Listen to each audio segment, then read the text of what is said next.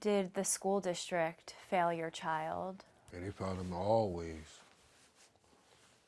Like, they weren't there to help him. Last October, Rasheen Presley's 9-year-old son, Hassan, collapsed in the school cafeteria. He was rushed to the hospital where he was later pronounced dead of heart failure. This is my only son. I want nobody there to help me. Nothing. There was no school nurse on duty that day. According to a Philadelphia school district official, staff certified in CPR tried to revive Hassan, who'd been born with a heart defect. It's unknown had a school nurse been there that day if they would have been able to save Rasheen's son. Did Miss Millie talk to you before?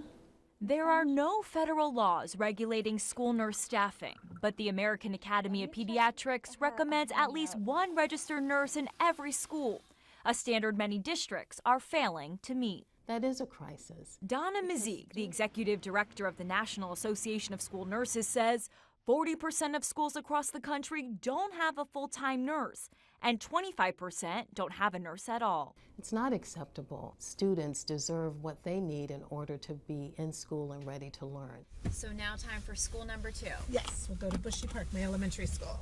Deanie Gorby-Crease is a school nurse in Howard County, Maryland, who covers 2 schools a day. She has health assistants at each school who call her with questions when she's not in the building. If I'm busy with an emergency at my other school, I'm not available right away, so it might delay their care some. Look at my nose. In Cincinnati, Ohio, where nurses were also sometimes covering more than one school, they're tackling the problem through a partnership with Cincinnati Children's Hospital.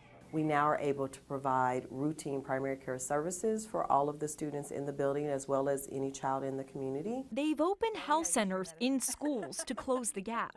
So students get services here no different than they do in a pediatrician's office. In the wake of his son's death, Rasheen Presley says schools must find a way to provide care for all students. If you ain't got no nurses at the school, you might as well teach your kids at home. That's just common sense. Hillary Lane, CBS News.